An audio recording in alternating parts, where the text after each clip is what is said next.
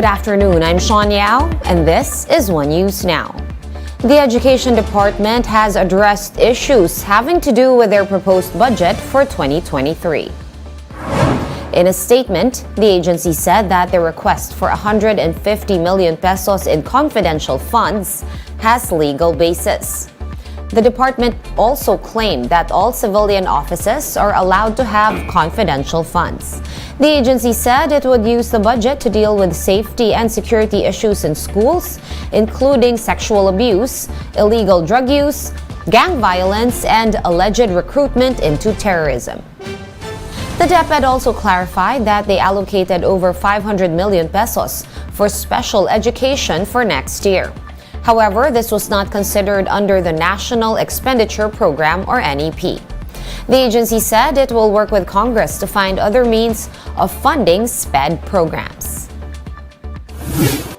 And in other news, Attorney Vic Rodriguez has stepped down from his post as Executive Secretary. Rodriguez announced his resignation over the weekend, saying he wants to focus on his family.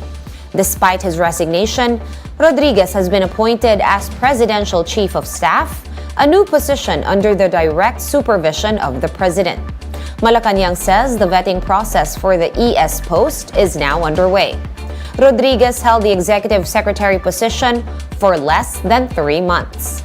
His resignation comes on the back of his supposed involvement in the unauthorized importation order for 300,000 metric tons of sugar. And President Bongbong Marcos and his delegation are now in the United States for a 6-day working visit. Here's the report. President Bongbong Marcos arrived in the United States on Sunday. He is set to attend the 77th United Nations General Assembly or UNGA. Upon landing in the US, the president addressed the Filipino community in New Jersey, thanking them for their contributions to the Philippine economy. Dito sa nakaraang pandemya ay wala po akong narinig na pagpuri ng mga heads of states ng iba kung hindi Pilipino lamang ang nababanggit. Alam naman po natin na lalong-lalo dito sa East Coast ay matagal na kayo nandito nagsasakripisyo dito sa US at para lang pagandahin ang buhay ng inyong mga pamilya, para pagandahin ang buhay doon sa Pilipinas, para tulungan ang ekonomiya ng Pilipinas.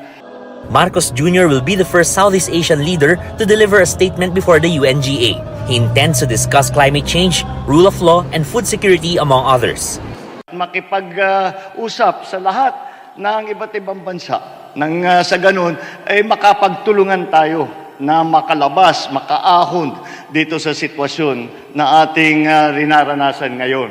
While we are here, hindi lamang ang mga leader ng iba't ibang bansa, kung hindi rin ang mga namumuno ng malalaking korporasyon, ng malalaking negosyo, at para ipaliwanag sa kanila na ang Pilipinas ganito na. At marami kaming binago, marami kaming pinaganda para sa inyong pagpasok sa inyong mga investment.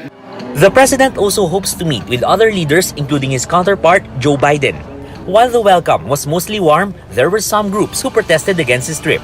For them, letting Marcos Jr. speak during the event is unacceptable. This comes as September 21 marks the 50th anniversary of his father's martial law.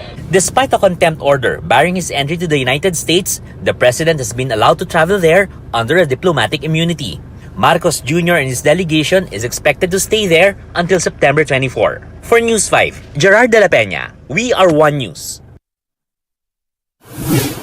We're gonna pause for a quick break, but we will be back with more stories after that.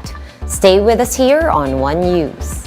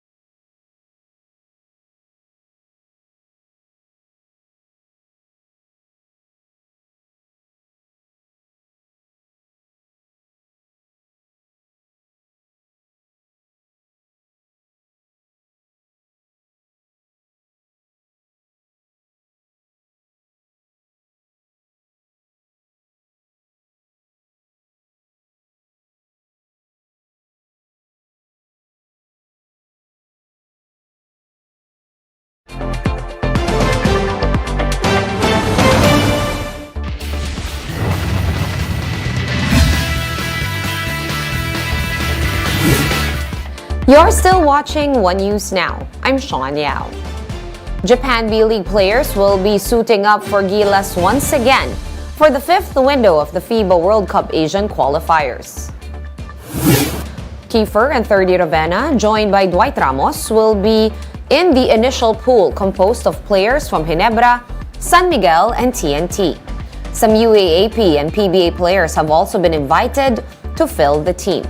Gilas Pilipinas will hold weekly trainings at the Meralco Gym starting today. The fifth window will be taking place in November, with Gilas facing off with Jordan and Saudi Arabia. Let's now take a quick look at today's other top stories. Irene Marcos Araneta will be attending the state funeral of Queen Elizabeth II in behalf of her brother, President Bongbong Marcos. The president is currently in New York for the UN General Assembly. TV host Vong Navarro has surrendered to authorities after a Taguig court issued a warrant for his arrest. The court found probable cause to hold him for trial over the acts of lasciviousness complaint filed by model Denise Cornejo.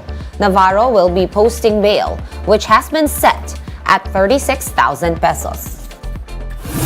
Oil companies will be rolling back oil prices for diesel and kerosene effective Tuesday.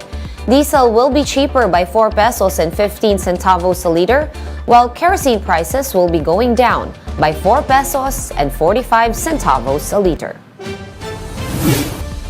For more updates, visit News 5, The Philippine Star, and Business World online. Visit our website, onenews.ph, for more in-depth analysis.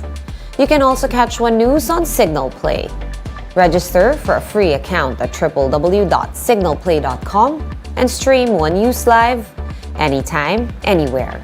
I am Sean Yao. We are One News.